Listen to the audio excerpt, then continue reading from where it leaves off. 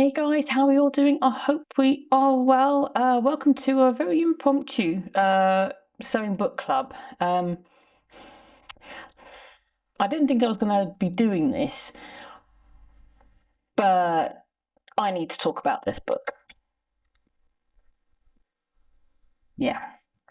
Now, it only seemed like a couple of months ago since I was talking most gushingly about this book, along with my Tudor Taylor book and my Edwardian clothes making book. Now, in that video, I did say I hadn't actually used it, so I couldn't really talk about the instructions.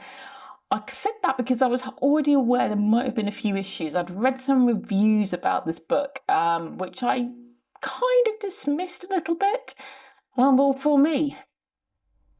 Now, I'm going to be honest about this book, but I'm hoping, or should we say, I'm not going to go overboard. I'm not going to absolutely slate this book. I'm not going to say anything overly negative because that's not fair. I don't know what happened during the production of this book. I don't know anything about any of that, any personal circumstances, nothing. So I am not going to go down a really harsh route, but I do need to be honest.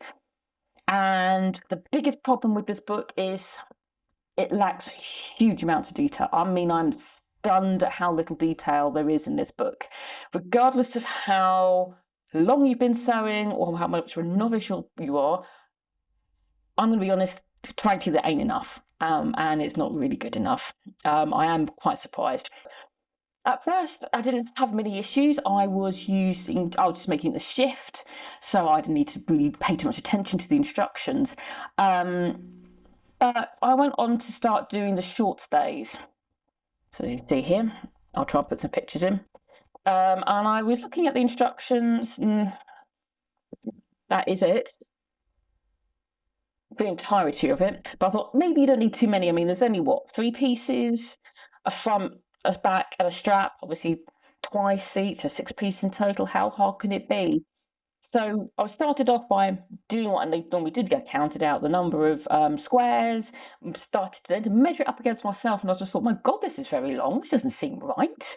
And when I kind of look at the picture, I mean, that's the only picture that you have. I've got absolutely no reference as to how long that really is meant to be. So yeah, I mean, that's the kind of the extent garment there. But that's all I had. So I just thought maybe there'd been a mistake. Maybe this isn't right. And I'm quite new to Regency, so short stays to me in my mind are actually short. So if you look at that, that could easily just come up to about here on the waist. I didn't think anything of it, but I was quite concerned at how different and how much longer. I mean, 17 inches shows you right down to about up to your pubic bone. Now, that's very long. That doesn't really look that long. So I just thought, maybe there's been an error. I had heard some issues, blah, blah, blah, blah, blah. Then I happened to be checking, 2 seconds, my Stays and Corsets book by Mandy Barrington, and I then suddenly came across that picture, and suddenly it all made sense. Of course you can have short stays that are 17 inches long, but if you look at that, if you look at how low that comes down, and kind of compare it to that, doesn't really add up much. And that kind of threw me quite a bit because I now can't quite trust what I'm supposed to do with this pattern. So in fact, I'm having to change my approach to a lot of this. But that's not the only thing I had issues with. I'm looking at making the morning dress, which kind of is also the equivalent of I don't know, a round gown, something like that. Again, that's all the instructions that you get.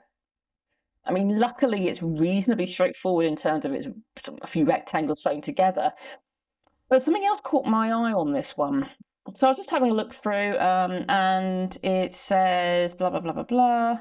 This cotton print chemise gown lined with linen has been said to be a maternity gown, but the construction is typical of an ordinary dress of the woman during the transitional period developed from the chemise gowns of the 1780s. Okay, fine, that's quite nice to know. You know, I think there's actually a line for pregnant Regency wear now. I mean, actually, I think it'd be a great idea. If you look at that picture, again, the only picture of the gown.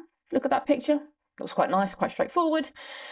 And then one of the instructions pertains to this particular picture here, and there's a couple of notches. I'm not, if you can't see it, I'll try and put some pictures in.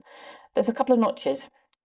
Now she says to sew between those two notches, leaving the top part open to do up, and the rest of it, well, it just says the centre front is open down to the first mark and is sewn together from the first to the second marks. Neckline in the linen layers is hemmed. That is it. Do you leave it raw? I mean, do you line it with something? Do you do you put a little binding on it? Because let's put it this way, that picture ain't showing anything open. That's showing something cut on the centrefold. Now this really confused me, because I thought, what the hell is going on? It's said to be a maternity gown. So what I think is happening here is the original extant garment that the pattern was taken from was obviously left open to allow baby bump to come through. Makes perfect sense, absolutely. But this is not meant to be a maternity dress. For whatever reason, rather than thinking this through and going, well, if you want to do a maternity dress, sew between those points. If you don't, cut it on the centrefold and just make sure you've got enough of a gap opening to make sure you can put the dress on. That actually annoyed me, because that's like, well, come on, did you forget? Did you just go, I must do this, I've got no time, I have to get this done, dear God, my deadline is blah, blah, blah? Oh, I don't know. But it took me ages to work it out. Now, I'm not the smartest person in the room. I'm not the thickest person either. I'm bang average. I'm going to be honest right now, I am bang average. I could normally fathom a lot of things out, but I had to, it hit me at 11 o'clock at night whilst I was trying to go to sleep one night. It is a maternity dress, but rather than saying this is a maternity dress through and through, she's kind of left it open. So you could have it as a maternity dress, you could have it open and wear petticoat underneath it, but the instructions are just nothing. There is nothing here. Nothing has been mentioned about this. Is literally, I see this, I copy this, I put in book. Like I said, I don't want to get too negative, because I really don't know what was going on. You work really hard on something, you put your absolute effort in, and to have somebody come around and say, cool, that was shit, wasn't it? It's not very nice. I don't want to, but I do need to. I can't say this book is a great book for beginners, because it really isn't. If you are an experienced sewer, be mindful.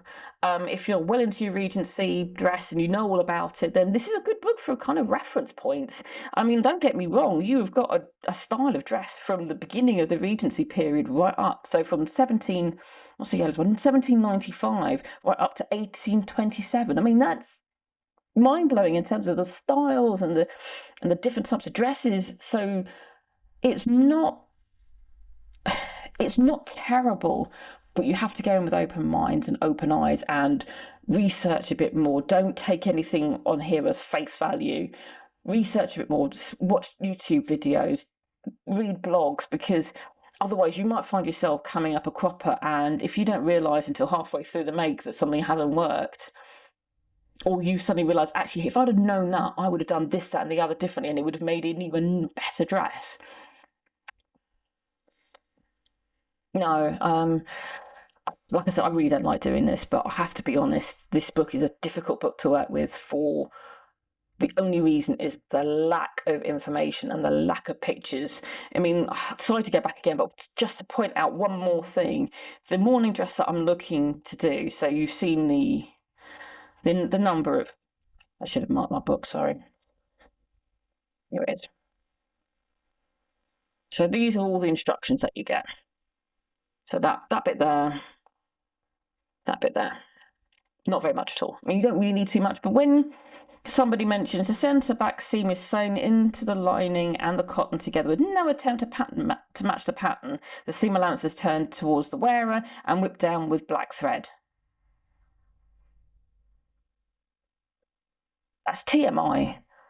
That shouldn't matter whether or not the centre-back scene was made with no attempt at matching the pattern. So, and?